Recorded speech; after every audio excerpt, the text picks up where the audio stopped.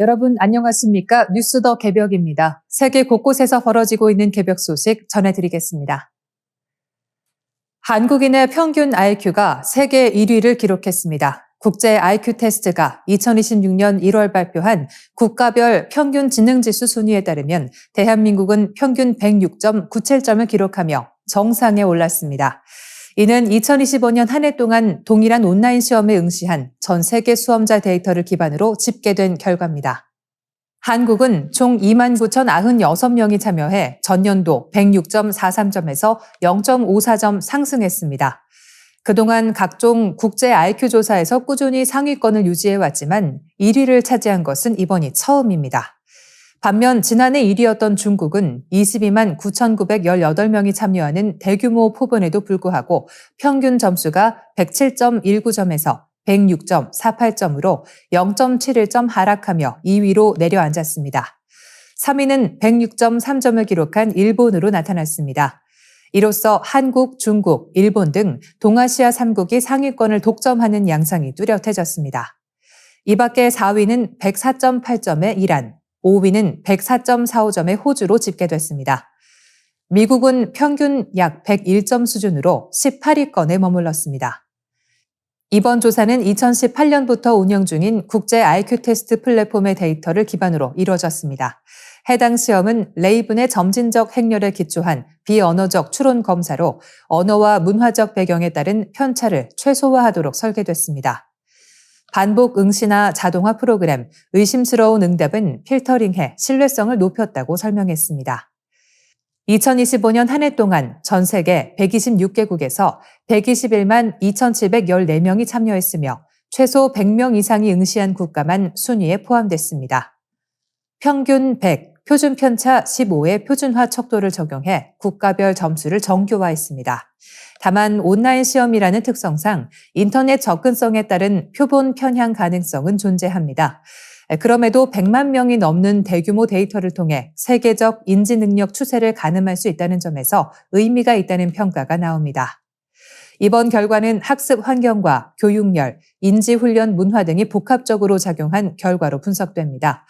향후 국제 비교 연구와 학술적 검증이 이어질지 주목됩니다. 잠들기 직전까지 휴대전화를 사용하는 습관이 확산되면서 전자파가 건강에 악영향을 미치는 것 아니냐는 우려가 이어지고 있습니다. 특히 휴대전화 전자파가 암을 유발할 수 있다는 주장까지 제기되며 논란이 지속돼 왔습니다. 그러나 국내 연구진이 일본과 공동으로 진행한 7년간의 장기 동물 실험에서 휴대전화 전자파와 암 발생 사이에 뚜렷한 인과관계는 확인되지 않았습니다. 한국전자통신연구원은 일본 연구진과 함께 수행한 국제 공동실험 결과 휴대전화에서 발생하는 무선 주파수 전자파의 장기 노출이 뇌종양과 심장종양 발생에 통계적으로 유의한 영향을 주지 않았다고 밝혔습니다. 연구 결과는 국제학술지 톡시콜로지컬 사이언스에 게재됐습니다. 이번 연구는 2018년 내셔널 톡시콜로지 프로그램이 발표한 동물 실험 결과를 재검증하기 위해 시작됐습니다. 당시 NTP는 900MHz CDMA 전자파에 평생 노출된 수컷 쥐에서 일부 종양 발생이 증가했다고 보고해 논란이 일었습니다. 이에 월드 헬스 오거니제이션 등은 연구의 재현성과 타당성에 대한 추가 검증을 권고한 바 있습니다. 한일 연구진은 2019년부터 동일 조건에서 공동 실험을 진행했습니다. 생쥐 210마리를 대상으로 국제 인체 보호 기준의 근거가 되는 강도의 전자파를 하루 24시간, 2년 동안 노출했습니다. 이는 실제 휴대전화 사용 환경보다 훨씬 높은 수준이었습니다. 전자파 노출군, 허위 노출군, 대조군 등 3개 그룹으로 나눠 체중과 체온, 사료 섭취량, 생존율, 종양 발생 여부를 정밀 분석한 결과 뇌와 심장, 부신 등 주요 장기에서 통계적으로 유의한 차이는 나타나지 않았습니다. 오히려 일부에서는 전자파 노출군의 생존율이 더 높게 관찰되기도 했습니다.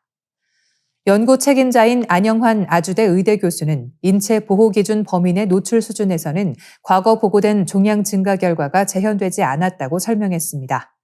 다만 연구진은 이번 결과가 전자파의 모든 건강 영향을 완전히 배제하는 것은 아니며 4G와 5G 등 다양한 통신 환경을 반영한 추가 연구가 필요하다고 덧붙였습니다.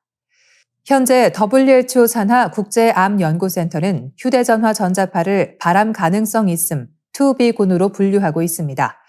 전문가들은 현행 인체 보호 기준을 준수하는 범위 내에서는 암 발생과 직접적 연관성이 확인되지 않았다고 평가하면서도 수면 방해와 블루라이트 노출을 줄이기 위해 취침 시 휴대전화를 머리맡에서 떨어뜨려 두는 습관은 도움이 될 수 있다고 조언했습니다. 파키스탄과 아프가니스탄이 국경을 사이에 두고 4개월 만에 다시 무력 충돌을 벌였습니다. 아프가니스탄의 선제 공격과 이에 대한 파키스탄의 공습이 이어지면서 양국 간 긴장이 급격히 고조되고 있습니다. 2월 27일 현지 시간 AP통신 등에 따르면 아프간 국방부는 전날 밤 6개 주에 걸친 국경 지역에서 파키스탄을 공습했다고 밝혔습니다. 자비훌라 무자히드 아프간 탈레반 정권 대변인은 SNS를 통해 파키스탄군의 반복적 침범에 대응해 군 기지와 군사시설을 겨냥한 대규모 공격 작전을 개시했다고 주장했습니다. 이에 대해 파키스탄군도 즉각 반격에 나섰습니다. 국경 여러 지점의 탈레반 초소와 본부, 탄약고 등을 향해 화기와 포병, 공격용 드론을 동원해 타격했다고 밝혔습니다. 파키스탄의 대응 과정에서 아프간 수도 카불에서도 3차례 폭발음이 들린 것으로 전해졌습니다. 파키스탄 정보당국은 별다른 도발이 없었음에도 아프간군이 국경 여러 지점에서 공격을 가했다고 반박했습니다. 카와자 아시프 파키스탄 국방부 장관은 아프간이 테러리스트를 지원하고 있다며 공개적인 전쟁이 시작됐다고 강경한 입장을 밝혔습니다. 그러나 양측이 발표한 피해 규모는 크게 엇갈렸습니다. 아프간 측은 파키스탄군 55명이 사망했다고 주장한 반면 파키스탄은 탈레반 133명을 사살했다고 발표했습니다. 충돌의 배경에는 파키스탄 탈레반, 이른바 TTP 문제가 자리하고 있습니다. TTP는 파키스탄 정부 전복과 샤리아에 따른 국가 수립을 목표로 활동하는 무장 조직입니다. 파키스탄은 아프간 탈레반 정권이 이들의 활동을 묵인하고 있다고 의심하고 있지만 아프간은 이를 부인하고 있습니다. 최근 파키스탄은 TTP와 IS 호라산 근거지를 겨냥해 아프간 국경 일대를 공습한 바 있습니다. 군사력 격차는 뚜렷합니다. 탈레반 병력은 약 17만 명 규모로 공군 전력이 사실상 없는 반면 파키스탄은 60만 명 이상의 현역 병력과 400여 대의 전투기, 6,000대 이상의 장갑차를 보유하고 있습니다. 또한 핵무기 보유국이기도 합니다. 이 같은 전력 차이에도 불구하고 국경 지역에서의 게릴라식 충돌은 장기화할 가능성이 제기됩니다. 국제사회는 확전 자체를 촉구하고 있습니다. 안토니우 구테우스 유엔 사무총장은 민간인 보호와 외교적 해결을 강조했고 중국과 러시아도 즉각적인 휴전과 대화를 요구했습니다.